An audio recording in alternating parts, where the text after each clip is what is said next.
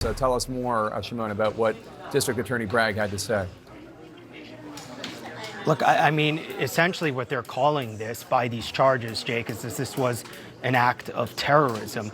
They feel that they have enough evidence based on the writings that they were able to obtain from the defendant, Luigi Mangione, that indicates that this was all about fear, and fear to the point where to bring this kind of charge, it's kind of unprecedented here in New York City. You know, it's mostly reserved in cases where there's support of terrorism, things like that. But this is so significant that they went ahead, given the writings, given the reaction to what happened here, the praise for Luigi Mangione over what he did. I mean, that was a big part of this press conference, the idea that there is this lack of empathy for the CEO, Brian Thompson, and just the visceral, sort of the way people have reacted. And so all of that, the DA says, led them here. They believe that this was now an act of terrorism, that this murder was committed in the furtherance of terrorism as the statute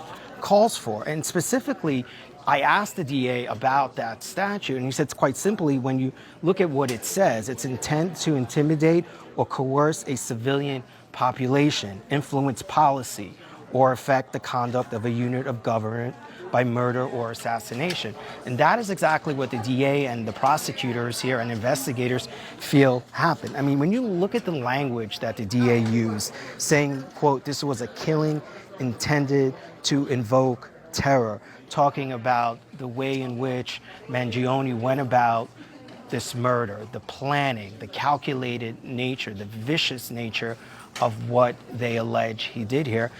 And the other thing really here, and I think the DA hit on this, and what's forgotten so much is the victim here, Brian Thompson. I mean, the police commissioner held up a New York Post cover here to show just how people have reacted to what has happened here, and so much hate towards CEOs and so much concern now over the threats that are facing CEOs.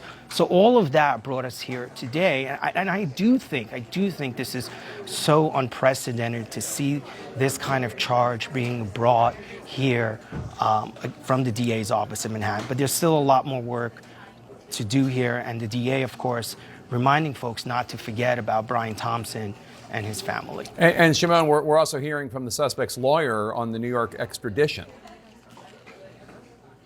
That's right. So his newly hired lawyer here in Manhattan, Karen Friedman Agnifilo, is telling us that he is not going to fight extradition. So it could be, Jake, that on Thursday we expect to see Luigi Mangione in court in Pennsylvania on Thursday on the case in Pennsylvania and extradition hearing, that by Thursday night, he could be in the hands of NYPD detectives who would transport him back to Manhattan, where he would be processed and then likely spent some time at Rikers Island before he is arraigned by a judge here in Manhattan. And it's expected that he will be held awaiting trial. And also very significant that he is potentially now facing the rest of his life in prison once he's convicted.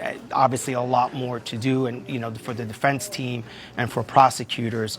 But the process will get underway once he's here in Manhattan, and that can happen as soon as Thursday, Jake.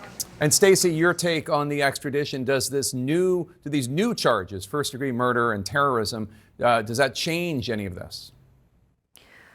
It really doesn't. What's going to happen when he appears in Pennsylvania, if he goes forward and waives or consents to extradition, I should say, then New York law enforcement will already likely be in the courtroom in Pennsylvania. He'll be processed out of the Pennsylvania system. He'll still have a hold from the pending charges in Pennsylvania, which will wait out indefinitely while New York addresses its case.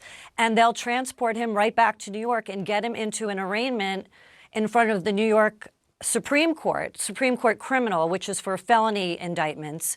The indictment is already handed up by the grand jury. They'll present him with that indictment and his attorney, and undoubtedly he'll enter a not guilty plea. But there's something I really want to point out here, which is highly unusual, and it's my opinion that the Manhattan District Attorney's Office has a bit overreached in this indictment. They were originally going to go forward with a murder 2 charge against Luigi Mangione, which is just having the defendant having the intent to cause death of another human being and the defendant being the cause of that death. They've now gone forward and enlisted this terrorism component to a murder 1 indictment, which means they presented evidence in front of the grand jury, which is a group of 24 people from the community, without a judge in place, just a district attorney and a group of 24 grand jurors who hear evidence. It is undoubted, or I believe that the DA presented that alleged manifesto to try to get this terrorism charge added on as murder 1, but they're going to have a harder time proving that in court for one reason, and I'll make it fast. This victim was shot in the back of the head, not in the front of the head, on a quiet sidewalk early in the morning in the dark, and it doesn't appear from a defense attorney's perspective that this was intended to be a terroristic type of murder. So one other thing I want to ask is just I want you to take a listen from moments ago, the Manhattan District Attorney Alvin Bragg. Let's roll that tape. 1 count of murder in the first degree is a killing in furtherance of terrorism. 2 counts of murder in the second degree. 1 charging that the killing was done as an act of terrorism, and the second pertaining to the fact that the killing was intentional. So, Stacey, you think a defense attorney would disagree with that and with what Shimon laid out, that the prosecution will explain is that because he was targeted, Mr. Thompson, for being a CEO of a health insurance company, and this does appear to be politically motivated in a sense, but you disagree with those charges, or you think a defense attorney would take issue? I think his defense attorney is going to definitely take issue at trial. They may even move to dismiss the top count of murder 1, and that would be Karen Agnifilio, because arguing this was a terroristic act when he was on a quiet street in the dark shooting a victim in the back of the head and then intending to influence the whole world about the insurance industry was an unintended consequence of this murder. No one expected the social media outpouring, the disturbing social media outpouring from this act, and to have the district attorney and law enforcement from New York mention that there was a social media outcry in relation to a terroristic act is putting the cart before the horse. I mean, the murder happened first, the outcry was second, and totally unpredictable. So I think this might be a case of overreaching on a murder 1. I could see why they have enough evidence, or they believe, law enforcement, that they have enough evidence for murder 2. But this is going to be a very interesting turn.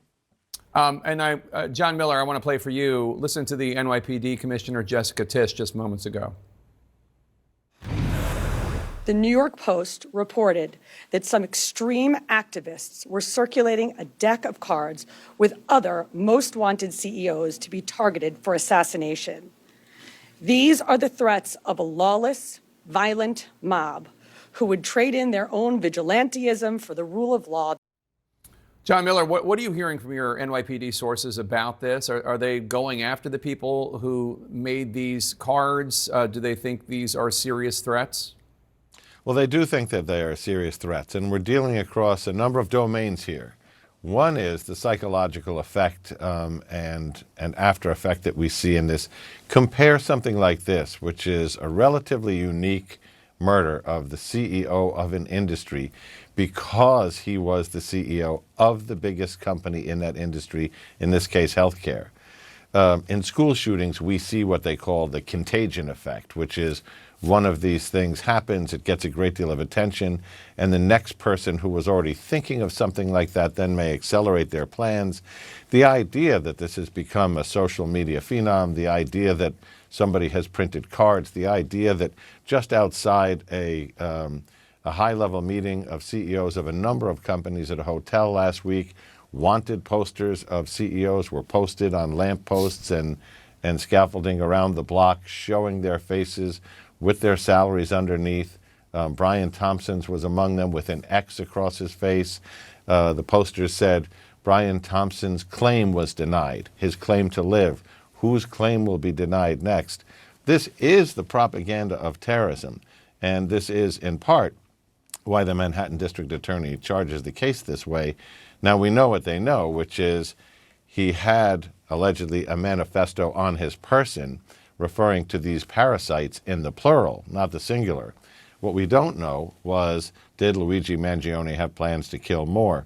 But what Commissioner Tisch is trying to do here is sound a clarion call, an alarm, saying the NYPD and law enforcement in general will not tolerate this going from propaganda to action, and that they will track down who's ever responsible in any case.